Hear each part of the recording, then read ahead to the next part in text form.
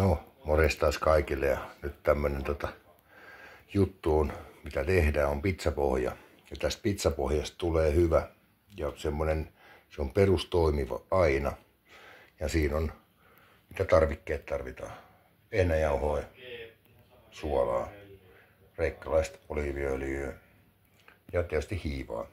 Siellä on nyt laitettu se hiiva ja vesi ja täällä on karkeasti tommonen 0,5 litraa vähän alle sitä vettä ja se homma lähtee sitten tietysti käyntiin, kun se hiiva on tänne sekoitettu ja tuo hiivan määrä, niin se on semmonen, josta on hetken täytyy itsekin lunttaa jumalauta tästä, kun ei muista aina näitä 50 grammaa, niin semmonen 20 grammaa sitä hiivaa. Seuraava vaihe on, ja tää me mennään ihan tunteella, oliiviöljy. Ja sitä kaadetaan tälleen ihan jokainen tietysti tyylillään, mutta näin mä oon sen tehnyt aina. Ja siellä on karkeasti 4-5 ruokalusikallista sitä öljyä. Se on niinku periaatteessa 100 grammaan, tai 100, vittu nyt mä puhun paskaa, kun 1 desiin ruokalusikallinen. Seuraava vaihe on sitten, että kaadetaan sitten suola, koska tää suola tekee taas sen, että kun mä sekoitan tänne sen, tää olisi kyllä, mun täytyy melkein ottaa se silleen, että mä otan käteen sen suurin piirtein tai johonkin lusikkaan. Yritän nyt kaataa, kun mun kädet ei riitä tähän hommaan, mutta no, perkele. Sitten kaadetaan, siinä on 3 teelusikallista. Se on karkeasti 3 teelusikallista sitä ja sitten se on, alkaa homma silleen, että nyt aletaan sitten vaan lisäämään jauhoja sinne. Ja nyt mä kaadan tälleen, tää on nyt, pitäisi olla joku teline, missä tää kamera olisi, niin sais kädet vapaaksi, mutta ei mitään, mä tosta sekoitan vähän sitä. Ja homma menee koko aika tälleen, että nyt tää on helpompi tehdä, kun teette pienemmässä mittakaavassa, että pistää vaikka desin 2 vettä, niin ei tarvitse jauhoja käyttää, kun tässä on se vaara aina, että tulee liikaa sitä taikinaa, että tietysti jos sen saa käytettyä muuhun, mutta ja jättäkää se taikina, tää on liian löysää vielä, mutta jättäkää se taikina löysäksi vähän se.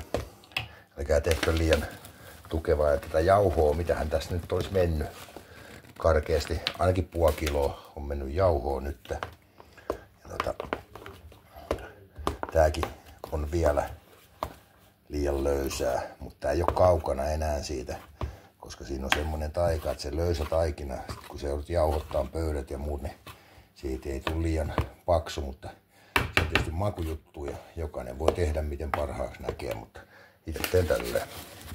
Ja se on monesti muututuntumalla, koska on tähän ohjekin varmasti olemassa tai saa ohjeen, kun kirjaisi aina kaikki ylös, mutta kokki oppii kokin silmä oppii näyttämään sen, että mikä on hyvä. Mutta ei mitään, mä sekoitan siitä, nyt siikataan. Tälleen se menee sitten. Käsin jauhetaan, jauhetaan ja jauhetaan. Ja sitten kun haluatte sen, te tiedätte siitä, kun se alkaa käsistä irtoamaan tää taikina, niin sen jälkeen se alkaa olemaan lähellä. Ja tää on nyt silleen, että niin kuin näette, tää ei ole vielä tiukkaa. Nyt se on hyvin lähellä sitä. Ja itse laitan aina lopussa silleen, että otan käsijauhoa ja vähän lisää sitä ja katon sen lopetuksen. Niin sitä pystyy jauhoa lisäämään sitten ihan sopivassa suhteessa siihen niin kuin tavallaan miten paksu halu ja mihin tekee jokainen tietysti tyylillään, mutta itse tiedän sen, että tämmönen löysä taikina, siitä tulee ihan perkeleen hyvä ja sitten kun sä jauhos pyörittelet kaulittaessa sitä, niin se on ihan niin kuin vimpan päällä. Ja nyt tietysti jotkut sanoo, että pitäisi vuorokauden olla, mutta harvalla on aikaa sitä tehdä. Että jos haluaa pizzaa tehdä, niin se joutuu vaan soveltaan tälleen. Mut siinä kaikille tämmönen pikainen pizzaohje. Ja nyt mä jauhan sitä vielä pikkusen. Ihan kevyt jauhomäärä sinne tulee. Silleen ripotellaan sitä jauhoa silleen.